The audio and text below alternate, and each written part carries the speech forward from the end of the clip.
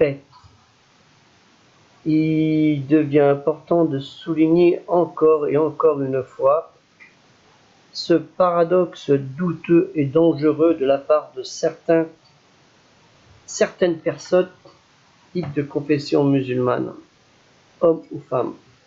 Ces musulmanes qui se couvrent de ridicule, je le dis bien, qui se couvrent de ridicule avec leur niqab. Ces barbus sachants, et ces fous ou autres, qui ignorent totalement leur religion, voire l'insultent. Et on va parler après du niqab, mais par rapport à ces barbus sachants, la barbe existait bien avant la dernière révélation. Je parle celle du prophète, messager et avertisseur, Mohammed, que le salut et la bénédiction de Dieu soit sur lui. Elle est dans toutes les religions monothéistes, voire polythéistes, et dans le monde entier. Fin de citation. Les habits que le prophète portait, c'était les habits que tout le monde portait de son époque. Et il y a dans la sira, dans l'histoire, la biographie du prophète, le détail, comment il se portait. Et pas forcément avec les vêtements que ceux qui portent maintenant. Abordons le sujet principal, le voile intégral, ce qu'ils appellent niqab, khimar, jalabi, ina, ce qu'on appelle pour certains, ils confondent avec le voile au foulard, le hijab, qui désigne un vêtement féminin porté par des femmes musulmanes et même d'autres religions qui couvrent leur tête en laissant le visage apparent. Ma mère, qui est bretonne d'origine, bretonne et normande d'origine, quand elle était jeune, mais même moi je l'ai vue, il y a 50 ans, même en 93, c'est pour vous dire à quel âge elle portait. Et, à peu près ça, ouais. Elle portait un foulard sur sa tête. Lorsque le visage est couvert, on ne parle pas de hijab, mais plutôt de voile intégral qui prend la forme de ce qu'on dit le niqab, de voile intégral couvrant le visage à l'exception des yeux.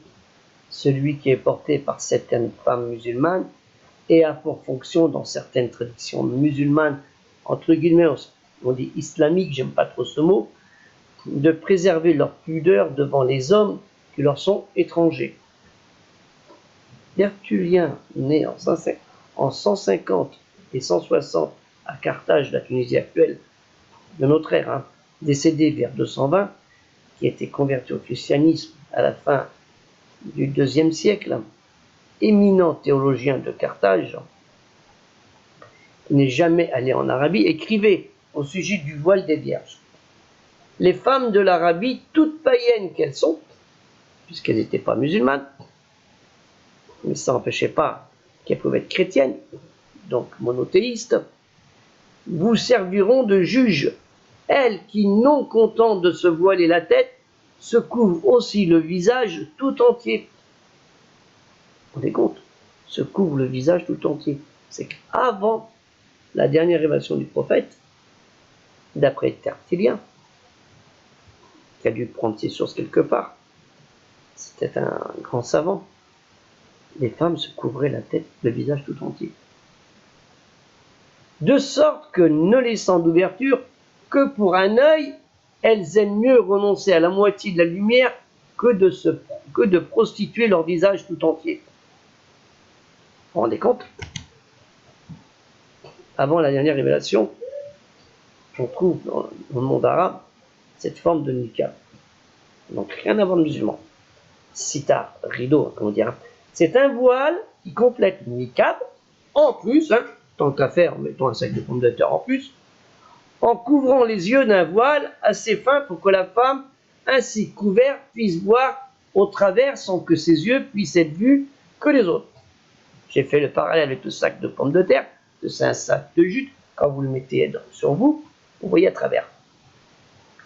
Il peut aussi simplement compléter le jilbab, vêtement féminin composée d'une longue robe prolongée, d'une sorte de capuche, le tout couvrant la tête et l'ensemble du corps, à l'exception des pieds. Rappelez-vous, messieurs les barbus, les sachants, qui avaient peu de mémoire sur votre religion, qu'a dit le dernier des prophètes et messagers avertisseurs de Dieu au sujet des vêtements qui traînent par terre? Revoyez votre culture musulmane à ce sujet. Alors, le tout couvrant la tête et l'ensemble du corps, à l'exception des pieds, des mains et du visage. Cet habit large et ample cache les formes de la femme.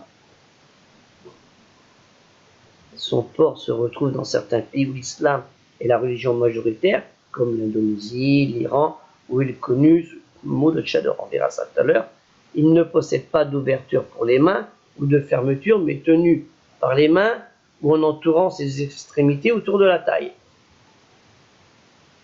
La burqa, le voile intégral d'origine afghane, celui qu'on voit actuellement, porté par les femmes, principalement en Afghanistan, Pakistan et en Inde, qui est très vieux, bien avant l'apparition de la foi musulmane dans ces contrées.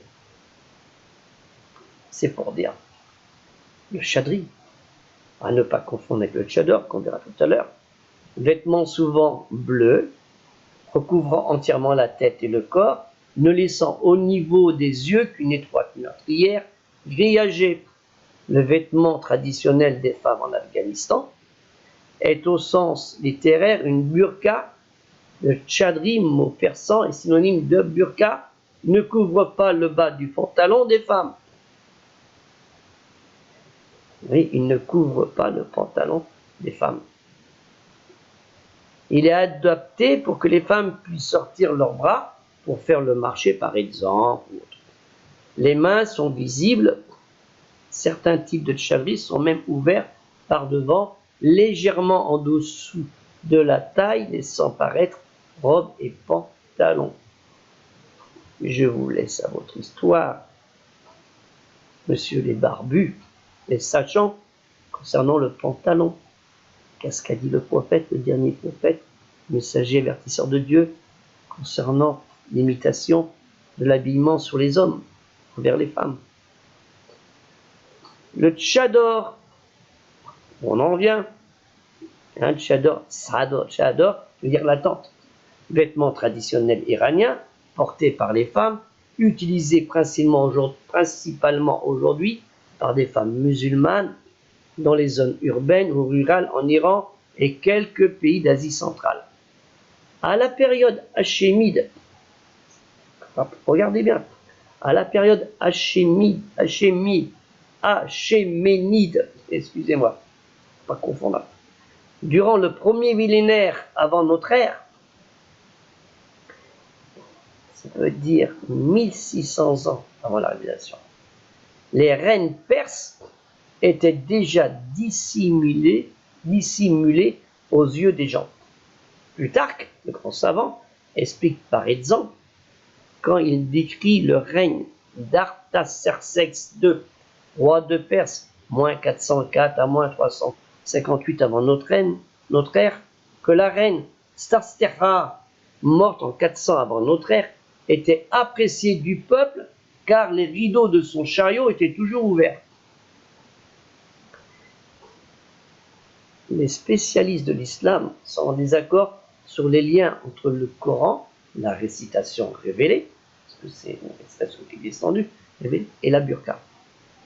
Une partie d'entre eux souligne que le Coran n'impose aucune tenue vestimentaire particulière, mais plutôt d'être vêtu de façon modeste. Fait important quand même. Et là, c'est grave. Monsieur les barbus, monsieur les sachants, monsieur avec vos djellabas, qui sont pas forcément de la période du prophète. Il n'est pas normal qu'une fillette de 6 ans porte un voile, comme vous le faites. Bande d'ignorants. Le port du foulard, hijab, n'est pas vraiment important à cet âge. C'est d'ailleurs condamnable par une grande majorité de savants musulmans, vu que l'âge de raison ne commence pas à 6 ans, Alors il est dit, à l'âge de la raison, selon les textes religieux musulmans, les femmes comme les hommes ne sont religieusement responsables que lorsqu'après l'atteinte de la raison, on entend par cet âge le moment où la personne atteint la puberté ou sa majorité. C'est selon les pratiques religieuses, avant cet âge limite, aucun individu ne doit être incombé de ses responsabilités religieuses. La femme peut alors porter son voile dès l'atteinte de son âge de raison. On dit environ après 15 ans, plus ou moins. Dès que les poils pubiens, je ne vais pas vous faire un cours d'anatomie, ou autres poils apparaissent sur le corps ou quand les menstruations apparaîtront. Le port du voile se fait dès que la femme sort de la maison. Quand on parle de voile, je ne parle pas du port du foulard, le hijab. Je ne parle pas du tchador, du tchadri, la burqa, du sita, du niqab. C'est ce que je veux dire. Un khimar, la jalabia, jalabiina, excusez-moi, c'est là qui est important. Et en voyons, dans la parole de Dieu, Sourate An-Nur, Sourate 24, la lumière, messieurs les barbus, retrouvez la lumière, parce que là, vous vous cachez entièrement, là.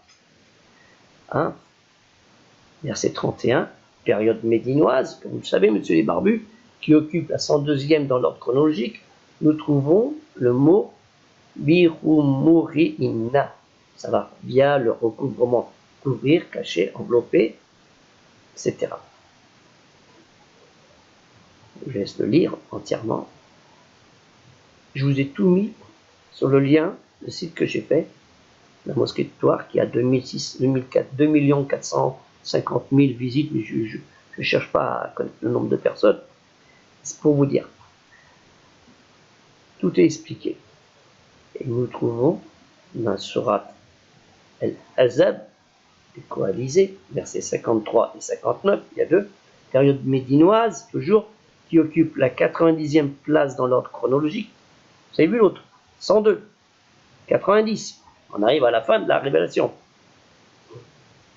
Vous avez le mot hijabin, leur voile radical non-genre masculin, à l'état indéfini, génitif, complément du nom, caché, voilé, masqué, dérobé, isolé, séparé, interposé, empêché, intercepté, occulté, mettre un voile, empêcher d'accéder, hijab, voile, paravent, barrière, cloison, écran, contre-charme, charme, talisman. Vous voyez, même ça. Et vous avez en 59, ça c'est 53 à 59, leur voile, jalabi, inna, radical non-genre masculin pluriel, génitif, complément du nom, plus suffixe pronom, troisième personne du féminin pluriel, enveloppement total, tunique, robe, ample. Dans le sourate, toujours cette sourate, la lumière, sourate 24, verset 60. Oui, écoutez bien. Et quand aux femmes atteintes de la ménopause, qui n'espèrent plus le mariage, le terme veut dire aussi coïtin. Dans la religion, on apporte tous les sujets. Nul reproche, blâme à elles d'enlever leurs vêtements. C'est Dieu qui vous le dit. De sortie, leurs vêtements de sortie, quand elles sortent dehors, sans cependant exhiber leur atour. Vous voyez ce que je veux dire? Si elles cherchent la chasteté, c'est mieux pour elles. Dieu est audient et omniscient. Je vous ai mis le texte en français, je vous ai mis aussi le texte en arabe. On parle français. Ça n'empêche pas de connaître les mots en arabe. Je ne suis pas pour arabiser la société française, je suis là pour que les gens puissent comprendre la religion musulmane. Et après, les textes arabes, et c'est très important aussi de comprendre l'arabe, mais arabiser les gens, non. Donc, dans ce mot, dans cette phrase, vous avez un mot, tiabbaouna, donc taoub, vêtements, habits, vêtements, robes, rouleau, tiab, pluriel, ce vêtement, on peut dire hadda al-tab al-jamil, ce vêtement il est joli. Dites-le à votre femme aussi que leur vêtement il est joli. hein, au lieu de les cacher dans des sacs de pommes de terre. Et vous avez aussi, dans ce mot, taoub, la récompense, rémunérer, rétribuer. Hein. Tab, recouvrir la santé. Et après, vous avez aussi le mot reira, être jaloux, envieux, jalousie. En fait, la phrase, je vous le dirai tout à l'heure, mutabarijatin, affiché, quitter, laisser, cesser. Reira mutajaribatin bizinatin, sans que ce ne soit une parure qui ne soit purement aguichante pour aguicher, juste pour la séduction. Et l'explication dans ce verset. Et vous avez le mot aussi, tabarrage, se parer, se vêtir avec recherche, comme le mot barrage, barouge, la tour, le château, c'est une protection. Bizinatin, enjoliver, embellir, parer, agrémenter, apprêter, décorer, agrémenter, broder, chamarrer, ornementer, garnir. Vous voyez, il y a aussi des mots qui sont importants au sujet du voile. Il y a aussi le voile des hommes. Le voile est la harwa. Il désigne toute chose restée à découvert ou toute partie du corps que l'être humain cache par la pudeur et faisant partie de sa vie privée, la pudeur étant considérée comme une branche de la foi.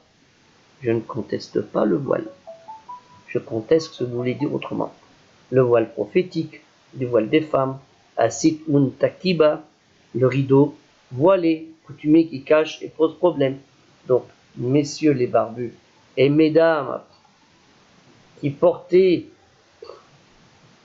ces vêtements qui n'ont rien de musulman, réapprenez votre religion, c'est très important. Sur ce, je vous envoie le lien pour que vous ayez plus d'explications. Je ne suis pas un savant. Je fais de mon possible pour aider les gens dans ce domaine. Sur ce, je vous souhaite à tous une bonne journée.